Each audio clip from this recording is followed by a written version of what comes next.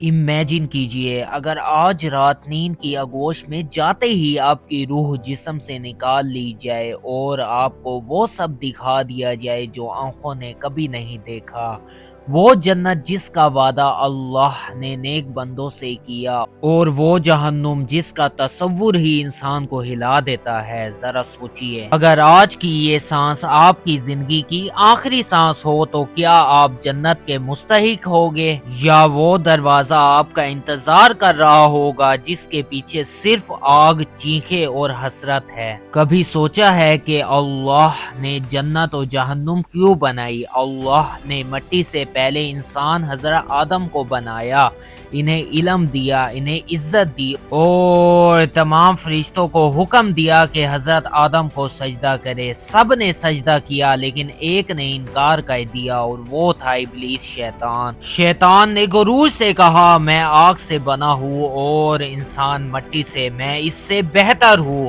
اس تکبر اور غرور کی وجہ سے اللہ نے اسے اپنی رحمت سے نکال دیا۔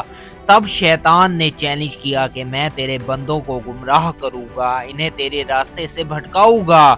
اللہ نے کہا جو میرے سچے بندے ہوگے ان پر تیرا کوئی زور نہیں چلے گا۔ اس کے بعد اللہ نے آدم اور حوا کو زمین پر بھیجا اور کہا یہ دنیا ایک امتحان کی جگہ ہے، تم سب یہاں تھوڑے وقت کے لیے رہو گے، جو میری راہ پر چلے گا اس کے لیے جنت ہے اور جو نافرمانی کرے گا اس کے لیے جہنم ہے۔ ہر انسان کو اللہ نے عقل دی، دل دیا، علم دیا اور سب سے بڑی بات اختیار دیا، یعنی صحیح اور غلط جس سے چننے کی آزادی۔ جنت نیک لوگوں کا انعام۔ جنت ایک ایسی جگہ ہے جس کی خوبصورتی کا اندازہ ہم سوچ بھی نہیں سکتے۔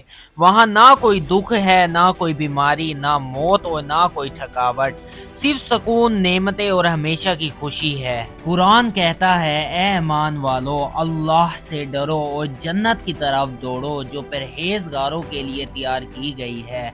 جنت میں پھل، ندیاں، محل، نور اور سب سے بڑا انعام اللہ کا دیدار ملے گا۔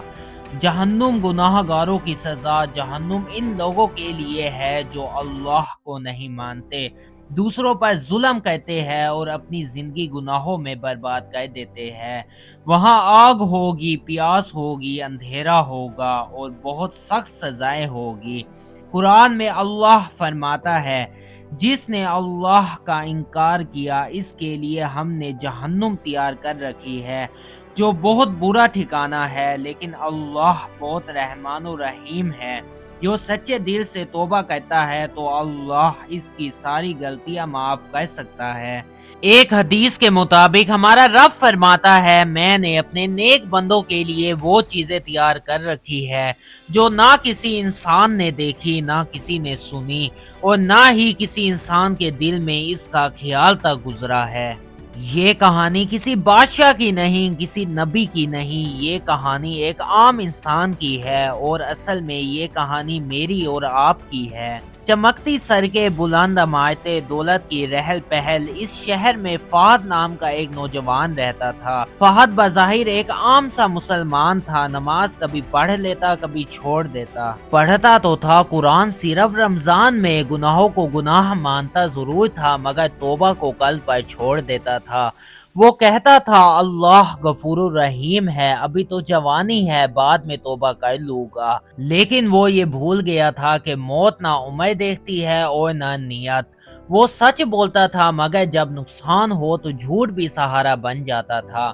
وہ خیرات دیتا تھا مگر صرف وہاں جہاں نام ہو۔ جب گناہ کرتا تو پھر دل کو تسلی دیتا، سب ہی تو ایسا کرتے ہیں۔ رات کو موبائل ہاتھ میں اور فجر کی اذان کانوں سے ٹکرا کر واپس لوٹ جاتی۔ وقت گزرتا گیا اور ایک رات سب کچھ بدل گیا۔ رات کا آخری پہر تھا، خاموشی ایسی کہ دل کی دھڑکن بھی سنائی دے۔ یہ رات عام راتوں جیسی نہیں تھی۔ فہد اپنے بستر پر لیٹا، موبائل ہاتھ میں تھا، آنکھیں بند ہوئی اور اچانک سینے پر بوجھ سا محسوس ہوا۔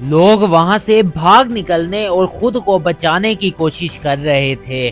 ان کے سروں پر ابلتا ہوا پانی ڈالا جا رہا تھا۔ وہ چیخ رہے تھے، یا اللہ ہمیں واپس بھیج دے، ہم نیک بن جائیں گے۔ مگر جواب آیا، اب واپسی نہیں، یہ تمہارے اعمال کا نتیجہ ہے۔ اچانک اس کی نظر پل صراط پر پڑی، ایک پل بال سے زیادہ باریک، تلوار سے زیادہ تیز، نیچے بھڑکتی جہنم۔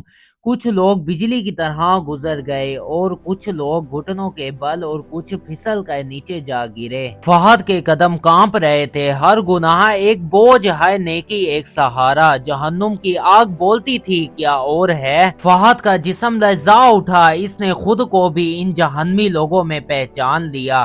اپنی غفلتیں، اپنی سستی، اپنی تاخیر، اپنے گناہ، آج کی عبادت کل پر چھوڑنا، ماں باپ کی بات سن کر ٹال دینا، جھوٹ بولنا، قرآن کو دل سے باقاعدگی سے نہ پڑھنا، نمازیں چھوڑنا، سب یاد آ رہا تھا۔ اچانک سب خاموش ہو گیا۔ ایک آواز آئی، اے انسان، اب دونوں راستے دیکھ لیے، اب بتا تو کون سا راستہ چنے گا؟ فہد زور زور سے رونے لگا، یا اللہ میں تیری رحمت چاہتا ہوں، میں جنت چاہتا ہوں، مجھے ایک موقع اور دے دے، یا اللہ مجھے واپس بھیج دے، میں بدل جاؤں گا، میں توبہ کر لوں گا۔ خاموشی چھا گئی۔ اچانک فہد کی آنکھ کھلی، وہ پسینے میں شرابور تھا، دل زور زور سے دھڑک رہا تھا، یہ خواب تھا مگر عام خواب نہیں۔ فجر کی اذانیں ہو رہی تھی، وہ فوراً اٹھا، وضو کیا اور سجدے میں گر کر بولا، یا اللہ تیرا شکر ہے، تو نے مجھے موقع دے دیا۔ فہد بدل چکا تھا، نماز اس کی پہچان بن گئی تھی، گناہ سے نفرت اور توبہ سے محبت۔ یہ کہانی صرف فہد کی نہیں، یہ میری اور آپ کی، ہم سب کی کہانی ہے۔ جنت اور جہنم کوئی افسانہ نہیں، یہ ہمارے روز کے فیصلوں سے بنتے ہیں، نماز یا غفلت، سچ یا جھوٹ، حلال یا حرام، آج کی توبہ یا کل کا انتظار۔ فیصلہ ہمارے ہاتھ میں ہے، کیونکہ موت سے پہلے توبہ کا دروازہ کھلا ہے مگر موت کے بعد نہیں۔ اللہ ہم سب کو سیدھے راستے پر چلنے کی توفیق دے، آمین۔